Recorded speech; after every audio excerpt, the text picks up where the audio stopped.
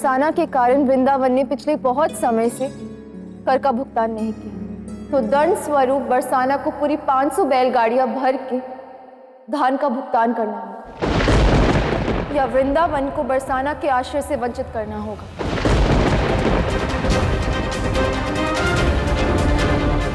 अन्यथा सर्वनाश हो।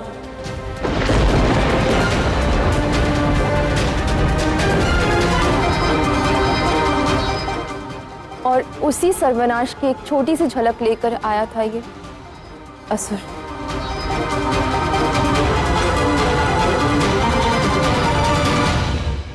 भला 500 बैलगाड़ियां धान कैसे दे सकते हैं?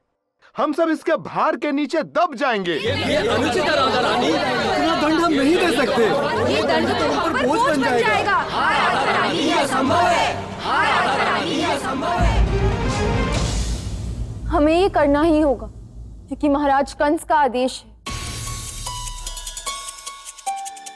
भला दंड से भयभीत होकर हम वृंदावन का साथ कैसे छोड़ सकते हैं?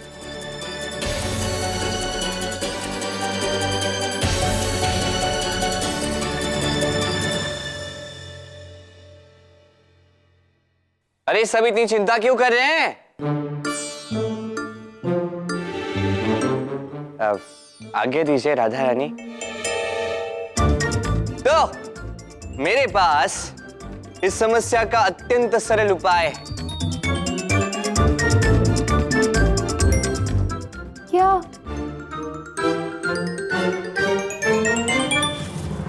महाराज कंस ने कर की मांग की है, उचित है। 500 बैलगाड़ियां धान की मांग की है, उचित है।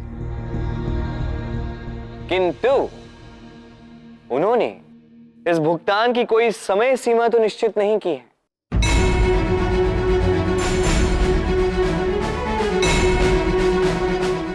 तो हम प्रति सप्ताह 2-2 बैलगाड़ियां धान की कर स्वरूप महाराज कंस की ओर भिजवाएंगे। ऐसे में 2-3 वर्ष में हमारा यह भुगतान भी पूर्ण हो जाएगा, सारा कर भी हम चुका देंगे। और महाराज कंस तो है भी इतने समझदार, यदि हम उनसे स्पष्ट रूप से कुछ कहें तो वो मान भी लेंगे, समझ भी लेंगे। क्या विचार है आप सबके? नहीं कृष्ण, कदाचित महाराज कंस को यह अस्वीकार होगा। आप तो ऐसे कह रहे हैं जैसे ये योजना महाराज कंस की नहीं, आप ही की हो। किंतु मेरे कहने का तात्पर्य ये है कि हमारी ये बात यदि महाराज कंस तक कोई पहुंचाने वाला है तो वो है हमारे बड़े भैया, हमारे शूरवीर अयन ही है। क्योंकि राजनीति में यहां पे यदि कोई निपुण है तो वो हमारे शूरवीर अयन ही हैं। और आपको तो हमारे लिए इतना तो करना ही होगा। हम बरसाना वासियों के लिए, वृंदावन वासियों के लिए, हम सब के लिए आपको तो ये करना ही होगा। राधा रानी, क्या विचार है आपके? क्या मैं उचित कह रहा हूं?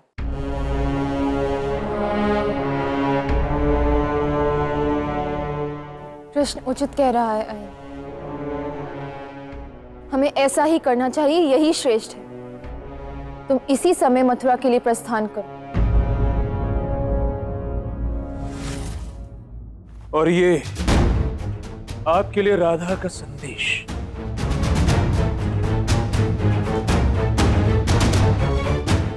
मैं त्रिलोकपति कंस हूं, कोई भिक्षुक नहीं जिसके हाथ में 2 सिक्के रखकर उसे बहला दिया जाए। महाराज, राधा के मन में अहंकार का जो बीज हमने बोया था वो कृष्ण उसी का लाभ उठा रहा है। महाबली कंस के साथ ये खेल उस कृष्ण को बहुत भारी पड़ेगा। वो अपने आप को बहुत चतुर समझता है ना, तो ठीक है,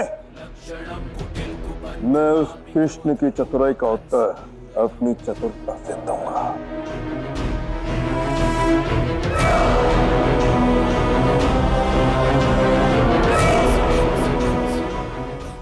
उसी का खेल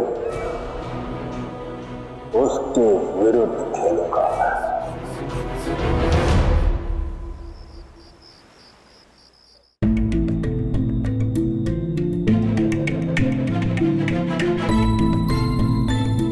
आज की सभा यही संपन्न होती है। धन्यवाद।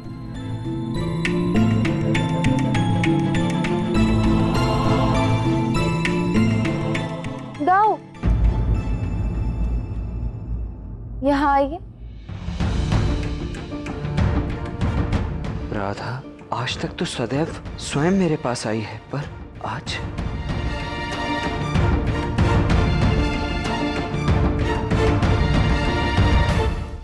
दाऊ, जाइए, जाकर कृष्ण से कहिए कि मुझसे आकर मिले। राधा, कान्हा से तो तुम वन में मिलने वाली थी ना, तो वहीं प्रतीक्षा। हाँ, पर मेरे पास इतना समय नहीं है कि मैं स्वयं उससे जाकर मिलूं। बहुत से महत्वपूर्ण कार्य हैं जो शेष हैं और मैं अत्यंत व्यस्त हूँ। आप जाइए और कृष्ण से कहिए कि मुझसे आके मिले। किंतु राधा सुन,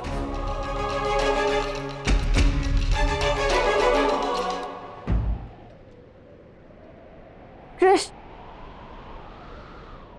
मैं यहाँ इतनी चिंतित हो रही हूँ और तुम यहाँ बैठ के बांसुरी बजा रहे हो।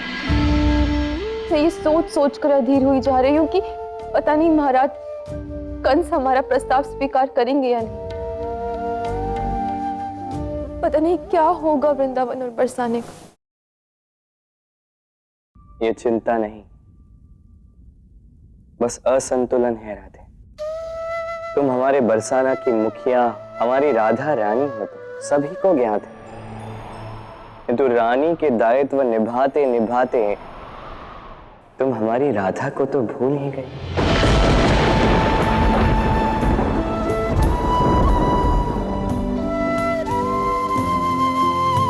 तुम रानी के सारे दायित्व निभाओ, सारे कर्तव्य पूर्ण करो, भोर से लेकर सांझ तक केवल रानी बनो, किंतु सांझ में जब तुम घर लौटोगे तब केवल राधा लौटनी चाहिए।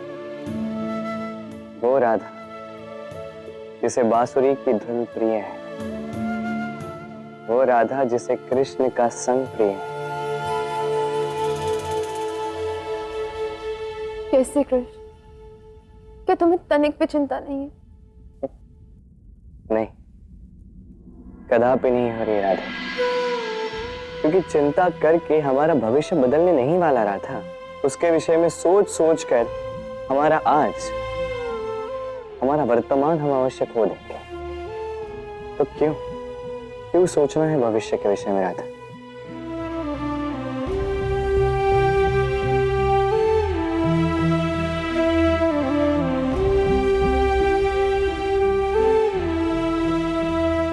आओ मेरे साथ बैठो और सुनो, अब राधा रानी नहीं, केवल राधा बनकर बैठना। तुम प्रेम हो, तुम प्रीत हो, मनमीत हो राधे, मेरी मनमीत हो।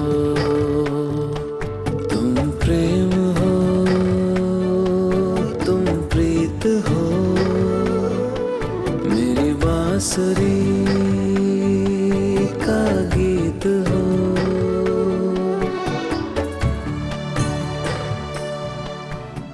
कल क्या होगा मैं नहीं जानता राधा, किंतु इतना अवश्य जानता कि जो भी होगा उसका सामना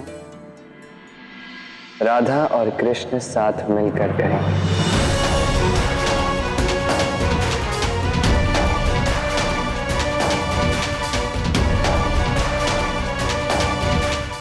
तुम मां बलिकन से उसकी अपार शक्तियां ग्रहण करो और भी अधिक शक्तिशाली हो जाओ।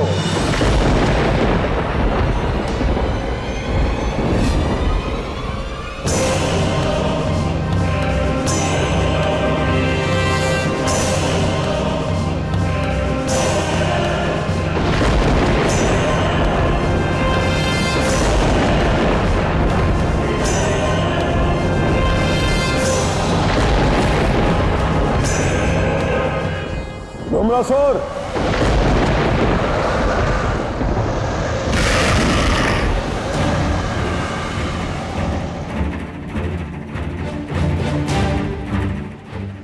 अब तुम पर्याप्त शक्तिशाली हो गए। जाओ और बरसाने वासियों को उनके किए का दंड दो, ताकि उन्हें ज्ञात हो महाबली कंस का पास उड़ाने का परिणाम क्या होता है। कि उस कृष्ण की बातों में आना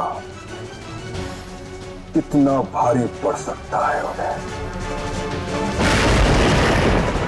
पिछली बार तुम मेरा संदेश लेके गए थे और इस बार उन सबकी मृत्यु का आदेश लेकर जाओ। जाओ!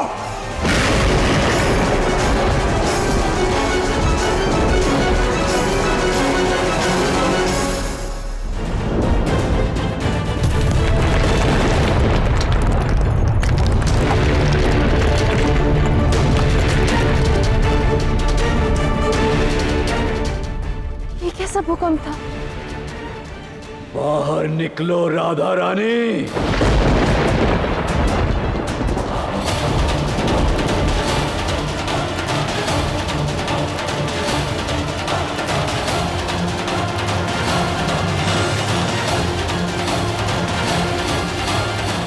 कंस का उत्तर आ चुका है।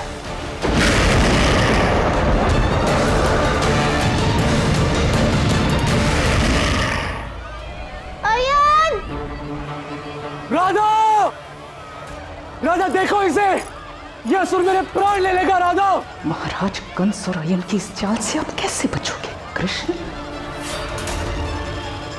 कुछ करो राधा, मेरे प्राण बचाओ। राधा देखो इसे, छोड़ मुझे असुर। महाराज कंस के आदेश का उपहास, पूर्ण उत्तर देने का परिणाम देख लो राधा रानी। ये तुम्हारे उसी उत्तर का प्रति उत्तर है।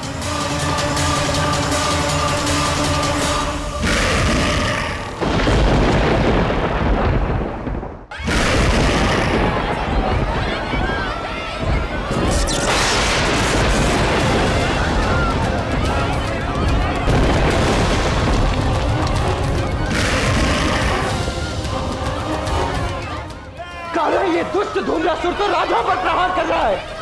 राधा का बाल भी बाका नहीं होगा था, किंतु धूम्रासुर जो भी कर रहा है उसका दंड तो उसे अवश्य मिलेगा।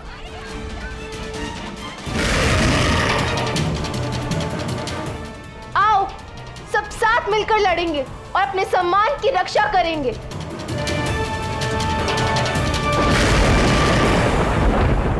हाँ हाँ, हम लड़ेंगे, इस असुर को हम परास्त करेंगे। हम सब अपनी रक्षा अवश्य करेंगे।